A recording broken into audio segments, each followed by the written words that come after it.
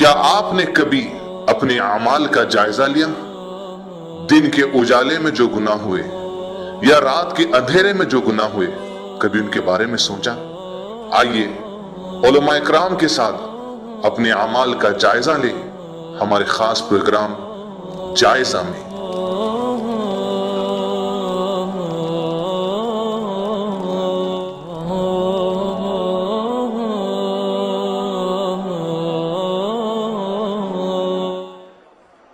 نحمده ونصلي على رسوله الكريم اما بعد فاعوذ بالله من الشيطان الرجيم بسم الله الرحمن الرحيم رب اشرح لي صدري ويسر لي امري واحلل عقدة من لساني يفقهوا قولي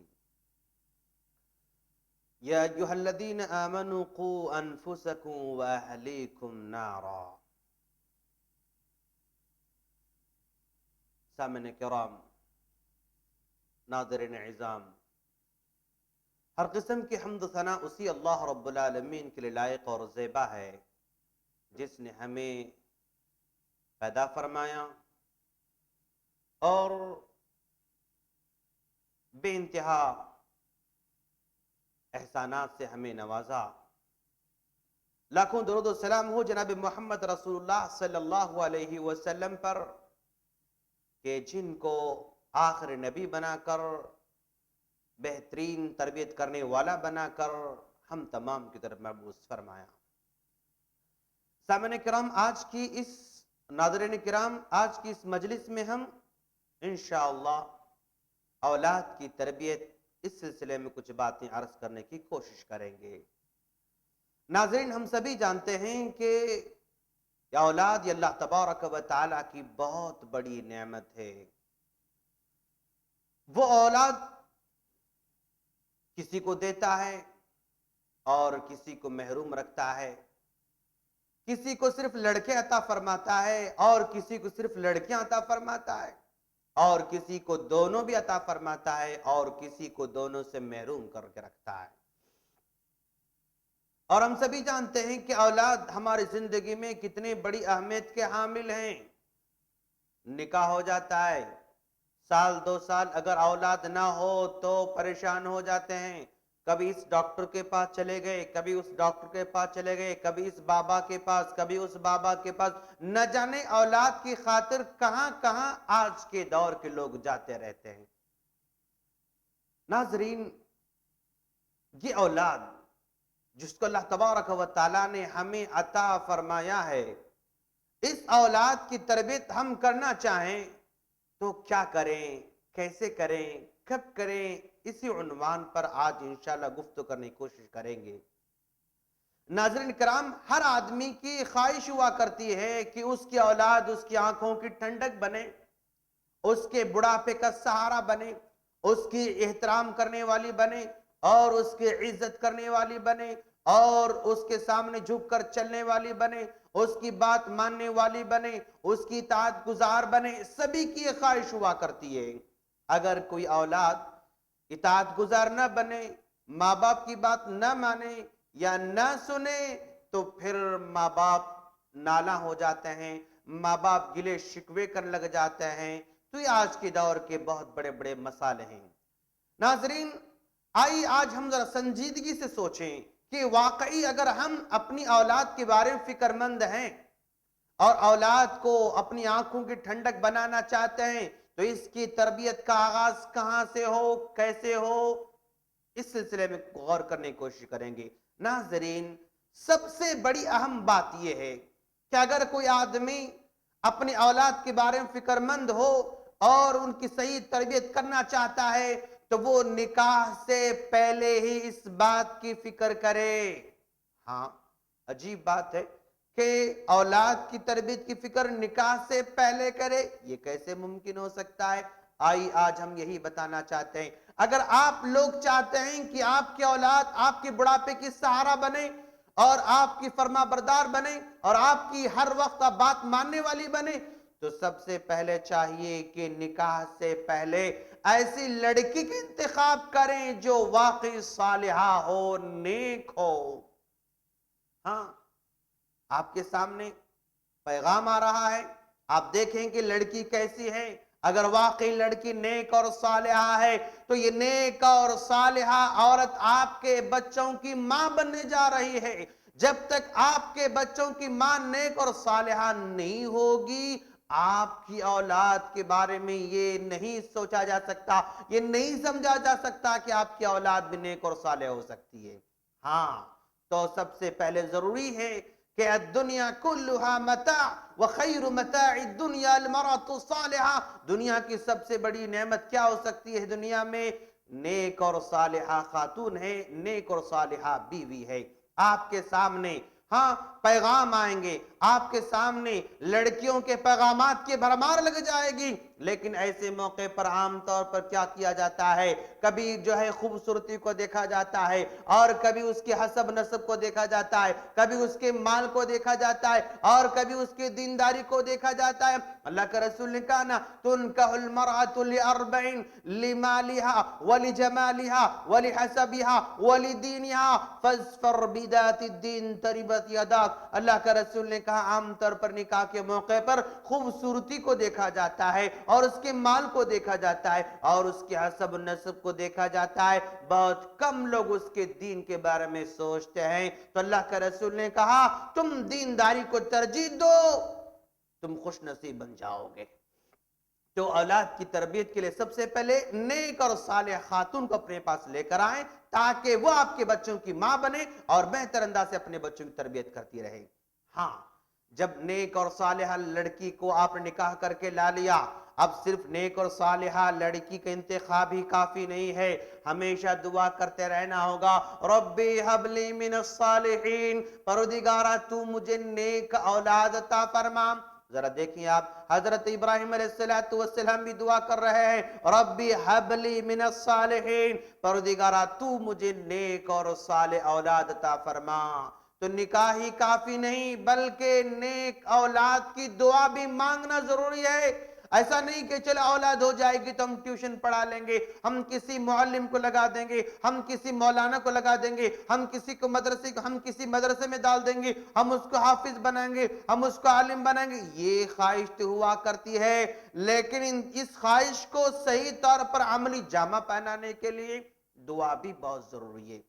آپ دعا کرتے رہنا ہوگا, اور دعاؤں کے مرحلے سے گزرتے گزرتے پھر ماشاءاللہ آپ صاحب اولاد ہو جاتے ہیں.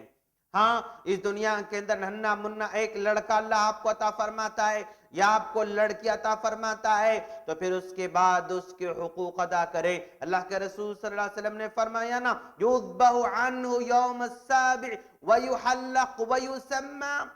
آج کے دور میں جب لڑکا پیدا ہو جاتا ہے یا لڑکی پیدا ہو جاتی ہے تو اس کی خوشی میں لڈو بانٹنا شروع کر دیتے ہیں. دوستو, نام رکھائی کے لڈو تقسیم کرتے ہیں, نام رکھائی کے کارڈ تقسیم کرتے ہیں, نام رکھائی کے لیے بڑے بڑے فنکشن کر دیتے ہیں, جبکہ اللہ کے رسول صلی اللہ علیہ وسلم نے ہمیں اس بات کی تعلیم دے رکھی ہے کہ جب لڑکا یا لڑکی پیدا ہو جاتی ہے تو 7ویں دن اس کا عقیقہ کیا جائے. یذبح عنہ یوم السابع, 7ویں دن اس کا عقیقہ کیا جائے. وَيُحَلَّقْ, اور سر کے بال کاٹے جائے. وَيُسَمَّ, اور اس کا بہترین نام رکھا جائے.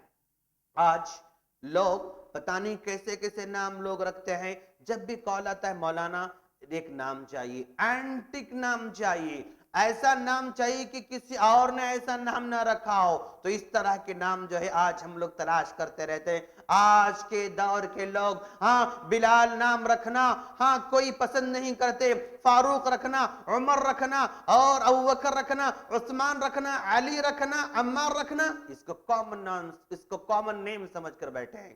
جبکہ اللہ کے رسول نے فرمایا اللہ تبارک و تعالیٰ کو 2 نام بہت پسند ہیں, ایک ہے عبداللہ اور دوسرا ہے عبد الرحمن. تو یہ نام جو ہے رکھیں تو اس کا یہ حق ادا کریں. آپ نیک اولاد چاہتے ہیں نا, آپ کی اولاد آپ کے بڑھاپے کا سہارا بنے چاہتے ہیں نا, تو سب سے پہلے اس کا عقیقہ کریں, اور پھر اس کے بعد بہترین نام رکھیں, اور اس کے بال کاٹیں, اور اس بال کے برابر چاندی تول کر غریبوں میں تقسیم کریں. یہ اس کا حق ہے.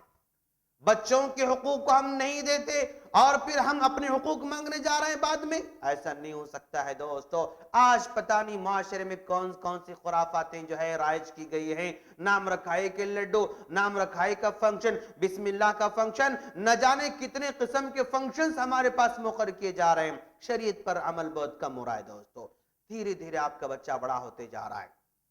آپ کا بچہ دھیرے دھیرے جو ہے وہ آپ کو دیکھنے لگتا ہے، آپ کو پہچاننے لگتا ہے. ذرا بڑا ہو جاتا ہے، پھر وہ 2 سال کا ہو رہا ہے اور جو ہے دھیرے دھیرے توتلی زبان سے وہ باتیں کر رہا ہے. تو ایسے موقع پر جب باتیں کرنے لگ جاتا ہے تو سب سے پہلے اپنے بچے کو لفظ اللہ کا ورڈ سکھائیں. آپ کا بچہ سب سے پہلے مما تو بولنا سیکھے گا، مما بولنا سیکھے گا، ماما بولنا سیکھے گا.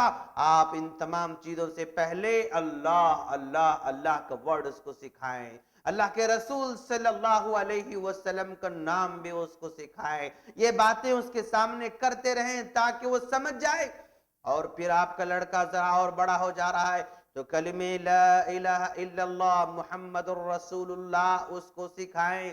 اور جب وہ جو ہے کچھ کھانا چاہتا ہے تو بسم اللہ پڑھنا سکھائیں. یہ ساری باتیں آپ کا بچہ جب چھوٹا ہوتا ہے اسی وقت سکھانا ہوگا. اگر یہ سکھائیں گے تبھی چل کر جو ہے بڑھاپے میں آپ کا سہارا بن سکتا ہے لڑکا آپ کا. اللہ کے رسول صلی اللہ علیہ وسلم ذرا دیکھیں آپ کہ وہ کیسے بچوں کو تعلیم دے رہے ہیں. آج کل ہم کیا سمجھتے ہیں کہ بچہ چھوٹا ہے، جب بڑا ہو جائے گا تو سمجھ جائے گا، بڑا ہو جائے گا تو وہ سمجھدار بن جائے گا، پھر وہ سب سیکھ لے گا. یہ ساری دین کی باتیں وہ کیسے سمجھ پائے گا؟ یہ اللہ رسول کی باتیں وہ کہاں سے سمجھ پائے گا؟ اس طرح کا سینس ہمارے جو ہے دماغوں میں گھومتا رہتا ہے دوستو. نہیں، ذرا دیکھیں آپ صحابی جو ہے کہتے ہیں کہ وہ صحابی بڑے ہونے کے بعد روایت کر رہے ہیں. عمر بن ابی سلمہ رضی اللہ تعالی عنہ اپنے بچپن کی بات کہہ رہے ہیں. کنتو فی حجر النبی صلی اللہ علیہ وسلم، میں اس سٹیج پر تھا، میں اس عمر میں تھا جبکہ اللہ کے رسول کی گود میں بیٹھا ہوا کرتا تھا. ذرا دیکھیں آپ کہ کوئی بچہ کسی کے گود میں بیٹھتا ہے تو کتنی عمر ہو سکتی ہے اس کی؟ بالکل 2-4 سال کی عمر اس کی ہو سکتی ہے، 5 سال تک کی عمر اس کی ہو سکتی ہے، وہ گود میں بیٹھ سکتا ہے. کنتو فی حجر النبی صلی اللہ علیہ وسلم، میں اللہ کے رسول کی گود میں بیٹھا کرتا تھا. اور کبھی دسترخوان بچھ جاتا، کبھی اللہ کے رسول صلی اللہ علیہ وسلم کھانے بیٹھ جاتے تو میں بھی آپ کے ساتھ بیٹھ جاتا، میں بھی آپ کے ساتھ آپ کے دستر میں شریک ہو جاتا. وَكَانَتْ يَدِي تَتِيشُ إِلَى هَذَا وَإِلَى هَذَا وَإِلَى هَذَا، کبھی میرا ہاتھ ادھر جاتا، کبھی ادھر جاتا، کبھی ادھر جاتا، یعنی کبھی میں یہاں سے کھاتا، وہاں سے کھاتا، وہاں سے کھاتا. ظاہر بات ہے بچوں کی یہی خواہش ہوا کرتی ہے کہ جس کی پلیٹ میں اچھا دکھتا ہے وہاں وہ ہاتھ ڈالتے ہیں، یا وہ مشکاب میں جہاں اچھا دکھتا ہے وہاں ہاتھ ڈالتے ہیں. تو وہ اپنی پسند کے مطابق کھانا چاہتے ہیں، تو یہ بھی ایسے کیا کرتے تھے. تو اللہ کے رسول صلی اللہ علیہ وسلم نے آپ سے کہا یا غلام، یا غلام سم اللہ، بچے جب تم کھانا چاہتے ہو نا پہلے بسم اللہ کہو، پہلے اللہ کا نام لو. وَكُلْ بِيَمِينِكَ، اور اپنے سیدھے ہاتھ سے کھاؤ. وَكُلْ مِمَّا يَلِيكَ، جو تمہارے سامنے ہے وہاں سے تم کھاؤ. ذرا دیکھیں آپ کہ اللہ کے رسول صلی اللہ علیہ وسلم چھوٹے بچے کو کتنی بڑی پیاری باتیں بتلا رہے ہیں. بچے پہلے تم بسم اللہ بولو، پھر تم سیدھے ہاتھ سے کھاؤ، تمہارے پلیٹ میں یا تمہارے سامنے جو ہے وہاں سے تم کھایا کرو. چھوٹا بچہ ہے لیکن اتنی بڑی بڑی باتیں اللہ کے رسول اس کو سمجھا رہے ہیں.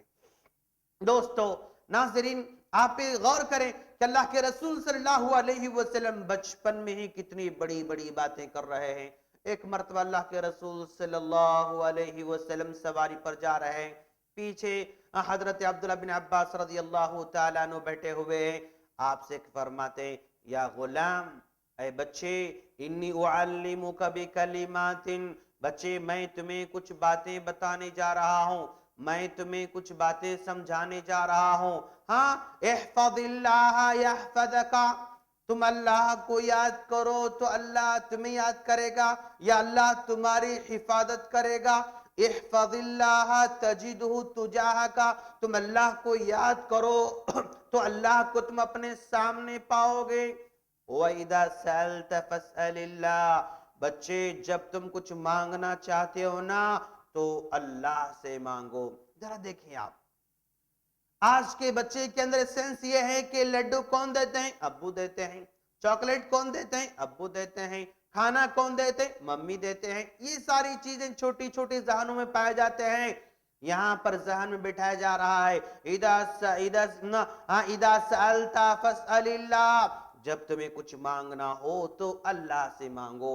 وَإِذَا اسْتَعَنْتَ فَاسْتَعِنْ بِاللَّهِ، اور جب تم مدد مانگنا چاہتے ہو اللہ سے مدد مانگو۔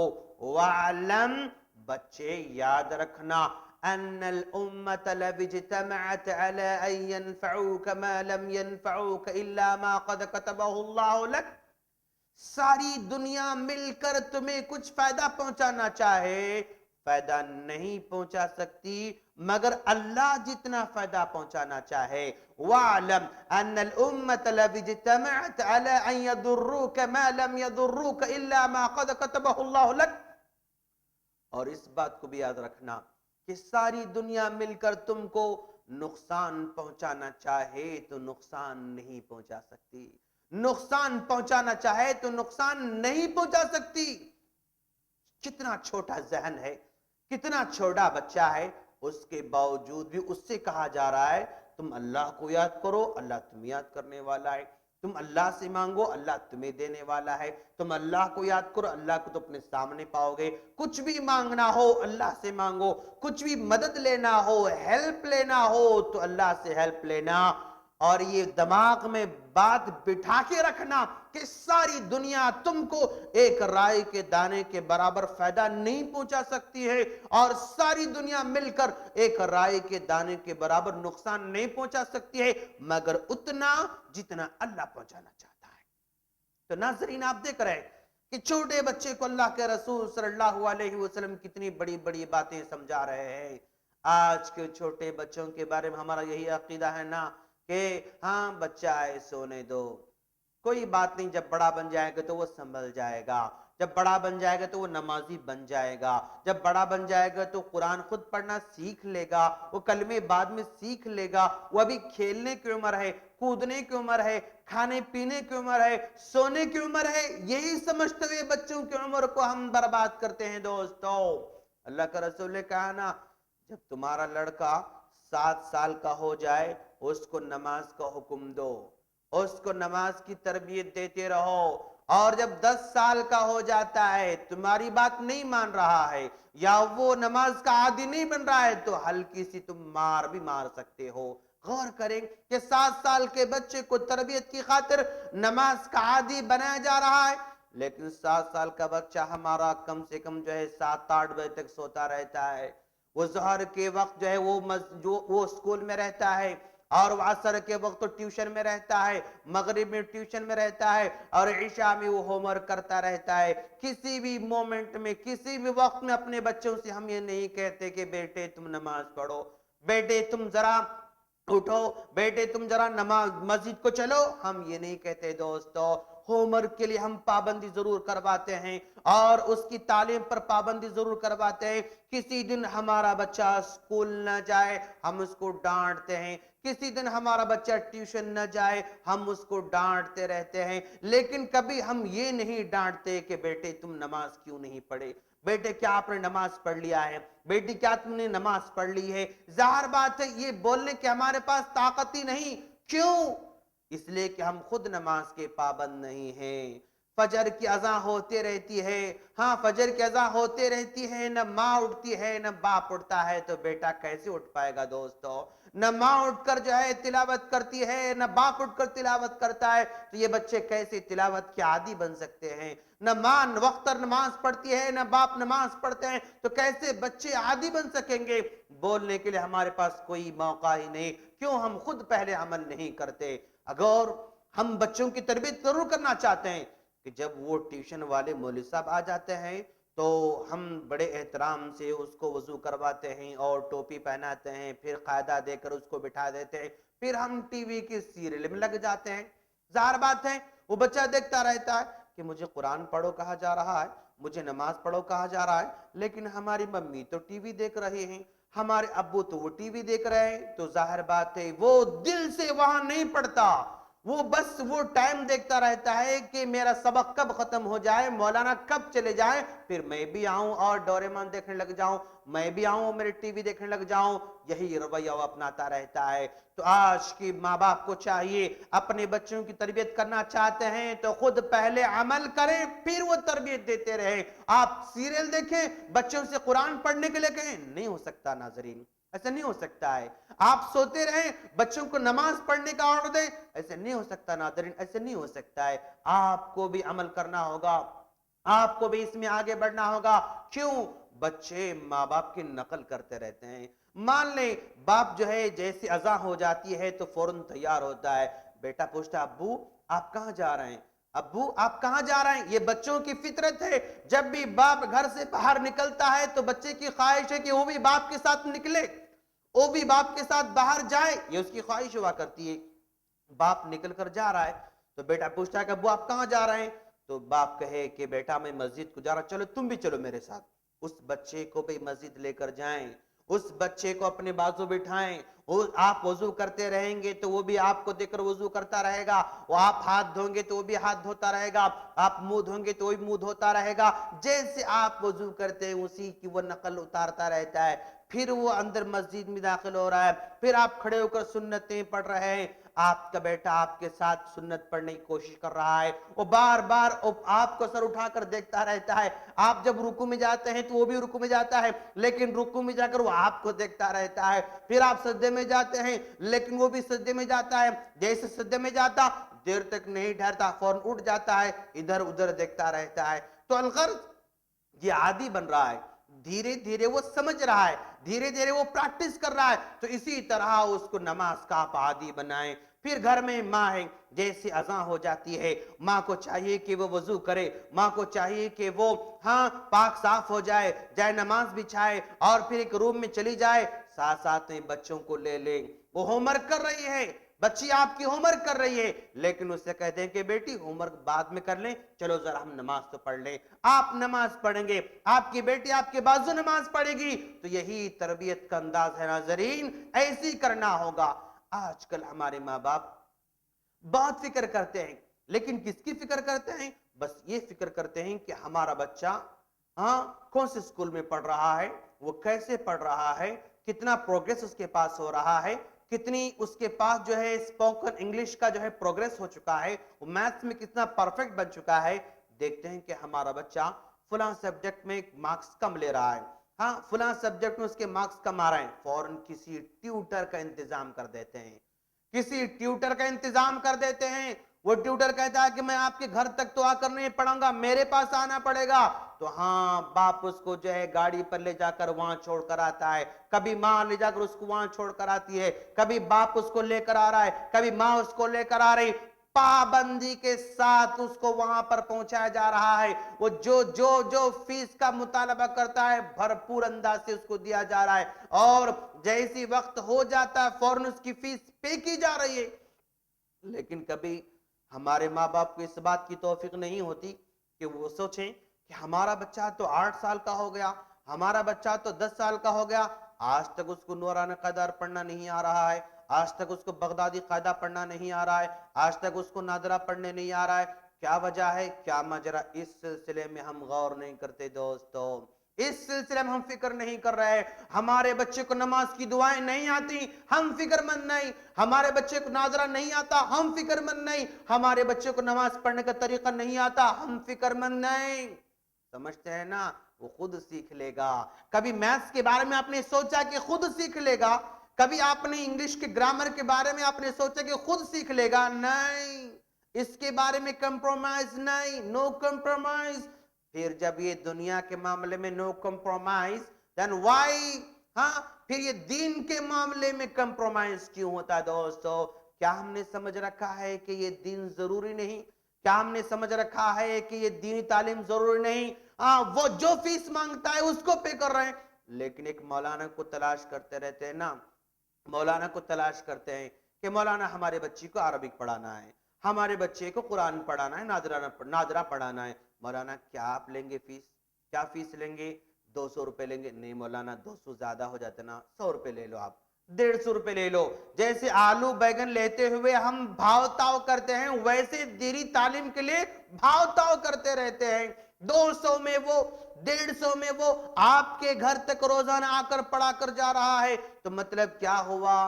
مان لو آپ 200 اس کو دے رہے ہیں، تو روزانہ کتنا اس کو دے رہے ہیں؟ بس اتنا ہی، 6 روپے لے کر آپ کے بچے کو پڑھا رہا ہے۔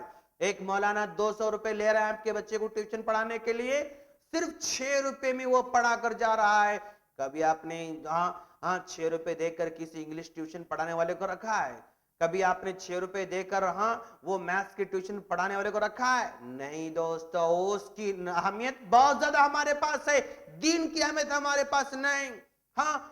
چلو ہمارے پاس 2-4 بچے ہیں، 2-4 بچے ہیں، اپنے بچوں کی فکر مندی سے وہ سوچتے رہتے ہیں کہ یہ بچہ بہت اچھا پڑھ رہا ہے، اس کو ذرا ڈاکٹر بنایا جائے، اس کو لائر بنا جائے، اس کو انجینئر بنایا جائے، اس کو جو ہے اچھے سے اچھے اسکول میں ڈالا جائے، ایسے اسکول میں جہاں پر فراٹے کے ساتھ انگلش بولی جانے والی ہو، جہاں کے ٹیچرز ماڈرن انداز میں رہنے والے ہو، جہاں کے کلاس رومز اے سی ہو، جہاں کی بس جو ہے اے سی ہو۔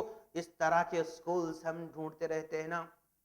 جتنی بڑی بلڈنگ ہوا کرتی ہے اتنی بڑی فیس بھی ہوا کرتی ہے، جتنا ڈیکوریشن ہوا کرتا ہے اتنی بڑی فیس بھی ہوا کرتی ہے۔ اس جگہ جا کر ہم اپنے بچوں کو پڑھانا چاہتے ہیں، کیوں؟ بڑا بن کر اچھا کمانا سیکھے گا، بڑا بن کر وہ ہمیں اچھا جو ہے وہ کھلائے گا پلائے گا، یہ ہم سمجھتے رہتے ہیں۔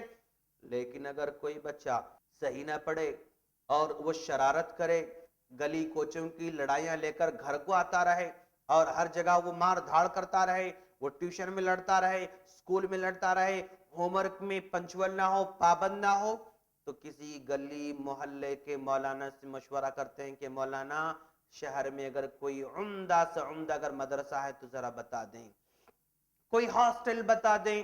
مولانا پوچھیں گے بھئی کیا بات ہے، مدرسے کے بارے میں آپ انکوائری کر رہے ہیں، کسی ہاسٹل کے بارے میں انکوائری کر رہے ہیں؟ تو جواب ملے گا آپ کو کہ ہاں مولانا ہمارا منجلا بیٹا کچھ نہیں پڑھتا ہے، بہت شرارت کرتا ہے، وہ ہر جگہ لڑائی کرتا رہتا ہے۔ تو ہم نے سوچا شاید یہ مدرسے میں سدھر جائے گا، ہم نے سوچا کہ اس کو عالم بنایا جائے، ہم نے سوچا کہ اس کو حافظ بنایا جائے۔ غور کریں ناظرین، جو بچہ ذہین ہو، انٹیلیجنٹ ہو، اچھے مارکس لینے والا ہو، پنچول ہو، پڑھائی میں اچھا ہو اور اسکول میں نام کمانے والا ہو، تو اس کو ہم ڈاکٹر بنانے کی کوشش کرتے ہیں۔ لیکن اگر کوئی بچہ شرارت کرنے والا ہو اور وہ ستانے والا ہو، لڑائی لے کر گھر کو آنے والا ہو، تو اس کے بارے میں ہم سوچتے ہیں کہ اس کا عالم بنا جائے، اس کو حافظ بنا جائے۔ تو گویا ناکارہ مال اللہ کو ہم دینا چاہ رہے ہیں۔ بات بھی ویسے ہے نا، جب ہمیں کوئی صبح سویرے مانگنے آ جاتا ہے تو ہم وہ چیزیں اس کے حوالے کر دیتے ہیں جو شام کی بچی کچی ہوا کرتے ہیں، جو بالکل جو ہے کھٹی اور جو ہے باسی ہوا کرتی ہیں، وہ ہم دیتے ہیں۔ ہم اللہ کی راہ میں کپڑے دینا چاہتے ہیں تو وہ کپڑے جس کو ہم خود نہیں پہنتے، اگر ہم روٹی دینا چاہیں تو وہ روٹی جس کو ہم خود نہیں کھاتے، ہم اتنے پیسے ہم دیتے ہیں کہ وہ اتنے پیسے ہمارے بچے بھی نہیں لیتے ہیں۔ آج اگر کوئی مانگنے والا آ جائے تو ہم ایک جو ہے پہلے اٹھانے تلاش کرتے ہیں، جیب میں اٹھانے تلاش کرتے ہیں، اگر وہ نہ ملے تو بڑی مشکل سے روپیہ نکالتے ہیں۔ جانتے ہیں آپ آج کل ہمارے بچے روپیہ بھی نہیں لے رہے ہیں بلکہ 5-5 روپے مانگ رہے ہیں، 5-5 روپے مانگ رہے ہیں۔ تو غور کریں ناظرین، ہم اللہ کی خاطر کیا دے رہے ہیں؟ پھر ہم اپنے اولاد کے بارے میں یہ توقع رکھیں، یہ امید رکھیں کہ وہ بڑے بن کر ہمارے آنکھوں کا سہارا، آنکھوں کا تارا بنیں گے اور بڑھاپے کا سہارا بنیں گے؟ نہیں ہو سکتا ناظرین۔ جب تک اپنے اولاد کی فکر کرنے والے نہ بنے، عمدہ سے عمدہ تربیت کرنے والے نہ بنے، اپنے بچوں کے بارے میں کسی قسم کی امید نہیں رکھ سکتے۔ پہلے اس کے ساتھ وقت دیں، پہلے آپ خود دین پر عمل کریں اور پھر بچوں کو دین کی تعلیم دیں، تو ممکن ہے آپ کے بچے آپ کے بڑھاپے کا انشاءاللہ یہ سہارا بن سکتے ہیں۔ لیکن اگر ہم نے اس کا خیال نہیں رکھا تو پھر ان سے کسی اچھی امید رکھنا، بڑھاپے کے سہارے کی امید رکھنا، آپ کی آنکھوں کی ٹھنڈک کی امید رکھنا، یہ آپ کی عزت کو آگے بڑھائیں گے اس امید رکھنا، یہ سب چیزیں محال ہیں ناظرین۔ ہم اللہ سے دعا کر رہے ہیں باری تعالیٰ تو ہم تمام کو اپنے اولاد کو تربیت کرنے کی توفیق عطا فرما اور ہمیں نیک اور صالح اولاد عطا فرما، جب تک دنیا میں رہیں تیرے دین پر عمل کرنے والے بنا کر رکھنا، جب دنیا سے اٹھا لے تو تیرے کلمے کے ساتھ اٹھا لینا۔ وآخر دعوانا ان الحمدللہ رب العالمین۔ السلام علیکم ورحمۃ اللہ وبرکاتہ۔